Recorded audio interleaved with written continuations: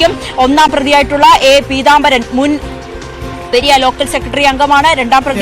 രണ്ടാം പ്രതി Saji C George, മൂന്നാം പ്രതി KM സുരേഷ്, നാലാം പ്രതി K അനിൽകുമാർ, അഞ്ചാം പ്രതി ജിജിൻ, ആറാം പ്രതി R ശ്രീരാഗ്, ഏഴാം പ്രതി അശ്വിൻ, എട്ടാം പ്രതി 14 പ്രതികളാണ് കുറ്റക്കാരെന്ന് കോടതി കണ്ടെത്തിയിട്ടുള്ളത്. ഇവർക്കുള്ള ശിക്ഷ എന്ത് എന്നാണ് അറിയേണ്ടത്. ഇപ്പോൾ കൃപേഷിന്റെയും ശരത് ലാലിന്റെയും സ്മൃതി മണ്ഡപത്തിൽ നിന്നുള്ള ദൃശ്യങ്ങളാണ് പ്രേക്ഷകർ കാണുന്നത്. അവിടെ കോൺഗ്രസ് നേതാക്കൾ ഉൾപ്പെടെയുള്ളവർ എത്തിയിരുന്നു, കുടുംബാംഗങ്ങൾ ഉൾപ്പെടെയുള്ളവർ എത്തിയിരുന്നു. വികാരപരമായ ദൃശ്യങ്ങൾ ആണ്, വൈകാരികമായ ദൃശ്യങ്ങൾ ആണ് അവിടെ നിന്ന് നമുക്ക് കാണാൻ സാധിക്കുന്നത്. പ്രത്യേകിച്ച് കൃപേഷിന്റെയും ശരത് ലാലിന്റെയും ഒക്കെ ബന്ധുക്കളുടെ ഭാഗത്ത് നിന്ന് അവർ കാത്തിരുന്നു. എന്താണ് തങ്ങളുടെ മക്കളെ കൊലപ്പെടുത്തിയവർക്ക് കോടതി നൽകാൻ പോകുന്ന ശിക്ഷ എന്നതായിരുന്നു അവർക്ക് അറിയേണ്ടത്. KV ബൈജു ആണുള്ളത്. ബൈജു രാവിലെ മുതൽ കുടുംബം കാത്തിരിപ്പിലായിരുന്നു.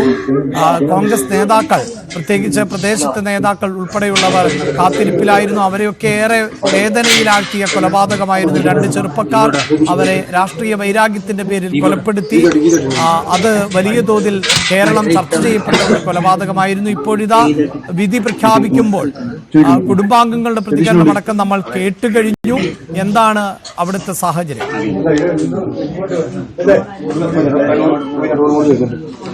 അഭിലാഷെ, നമ്മളിപ്പോൾ ദൃശ്യങ്ങളിൽ കാണുന്നത് ശരത് ലാലിന്റെ അമ്മ സ്മൃതി മണ്ഡപത്തിലെത്തിയതാണ്. രാജ്മോഹൻ ഉണ്ണിത്താൻ MP ഉൾപ്പെടെയുള്ള കോൺഗ്രസ് നേതാക്കളും ഇവിടെ ഉണ്ട്. അല്പസമയത്തിനകം തന്നെ MP-യുടെ പ്രതികരണം കൂടി നമുക്ക് ലഭ്യമാക്കാൻ സാധിക്കുമ്പോൾ വൈകാരികമായ രംഗങ്ങളാണ് നമുക്കിവിടെ കാണാൻ സാധിക്കുന്നത്. ആ സ്മൃതി മണ്ഡപത്തിൽ ശരത് ലാലിന്റെ അമ്മ ഇവിടെ നിന്നും പൊട്ടിക്കരയുന്ന ഒരു കാഴ്ചയാണ് നമുക്ക് കാണാൻ സാധിക്കുന്നത്. കോൺഗ്രസിന്റെ നിരവധി നേതാക്കൾ ഇവിടെ എത്തിയിട്ടുണ്ട്. രാവിലെ മുതൽ തന്നെ കോൺഗ്രസിന്റെ നേതാക്കളെ വിധിക്കായി ഇവിടെ കാത്തിട്ടുണ്ടായിരുന്നു. എന്തായാലും ഇപ്പോൾ അവർ ശരത് ലാലിന്റെ ശവകുടീരത്തിലാണ്, ഇപ്പോൾ ആ സ്മൃതി മണ്ഡപത്തിലാണ് ഇപ്പോൾ ഉള്ളത്. ഒരുപാട് കോൺഗ്രസ് പ്രവർത്തകരുണ്ട്. നമുക്ക് ദൃശ്യങ്ങൾ തന്നെ അത് കാണാം. അഭിലാഷ്,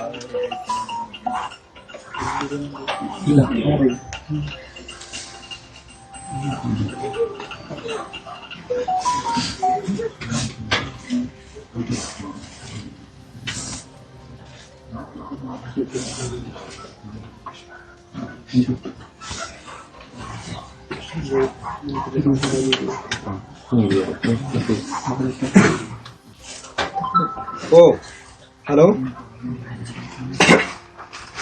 മൈക്കില്ലേ?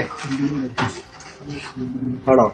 ശരത് ലാലിന്റെയും കൃപേഷിന്റെയും സ്മൃതി മണ്ഡപത്തിൽ അവരുടെ മാതാപിതാക്കൾ ഉൾപ്പെടെയുള്ളവർ, ബന്ധുക്കളടക്കമുള്ളവർ എത്തിയതിന്റെ ദൃശ്യങ്ങൾ കോടതി വിധി വന്ന പശ്ചാത്തലത്തിൽ കൂടിയാണ്. എല്ലാവരും കാത്തിരിപ്പിലായിരുന്നു. എന്താണ് ഈ ഇരട്ടക്കൊലയ്ക്ക് കോടതി നൽകാൻ പോകുന്ന ശിക്ഷ എന്നതായിരുന്നു.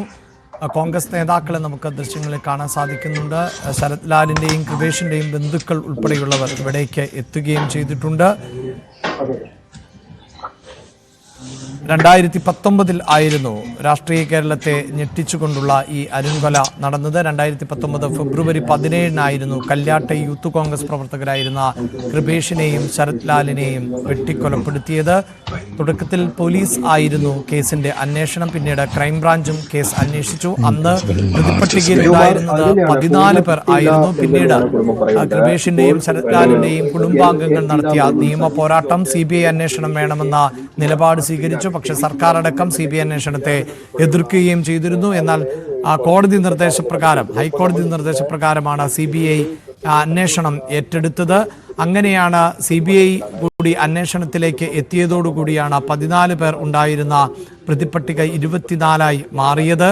CPIന്റെ പെരിയ ഏരിയ സെക്രട്ടറി ആയിരുന്ന പീതാംബരൻ ആണ് കേസിലെ ഒന്നാം പ്രതി. പീതാംബരൻ ഉൾപ്പെടെ 1 മുതൽ 8 വരെയുള്ള പ്രതികൾ കുറ്റക്കാരാണ് എന്ന് കോടതി ഇപ്പോൾ കണ്ടെത്തിയിരിക്കുന്നു. കോടതി ഇവരുടെ അന്തിമവാദം കേട്ടുകൊണ്ടിരിക്കുകയാണ്. കൊലപാതകം, ഗൂഢാലോചന ഉൾപ്പെടെയുള്ള വകുപ്പുകൾ ആണ് 1 മുതൽ 8 വരെയുള്ള പ്രതികൾക്കെതിരെ കോടതി കണ്ടെത്തുകയും ചെയ്തിട്ടുള്ളത്. സംഘം ചേരൽ, തെളിവ് നശിപ്പിക്കൽ, ആയുധ നിയമം ഉൾപ്പെടെ ഉള്ള വകുപ്പുകളും ഇവർക്കെതിരെ ചുമത്തുകയും ചെയ്തിട്ടുണ്ട്.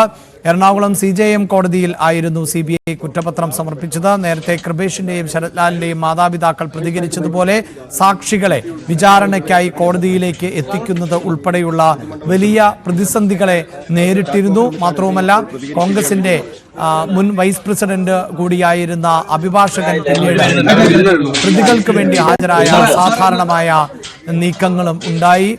കോൺഗ്രസ് നേതാക്കൾ ഉൾപ്പെടെയുള്ളവർ ഇപ്പോൾ സ്മൃതി മണ്ഡപത്തിൽ എത്തിയിട്ടുണ്ട്. അവരുടെ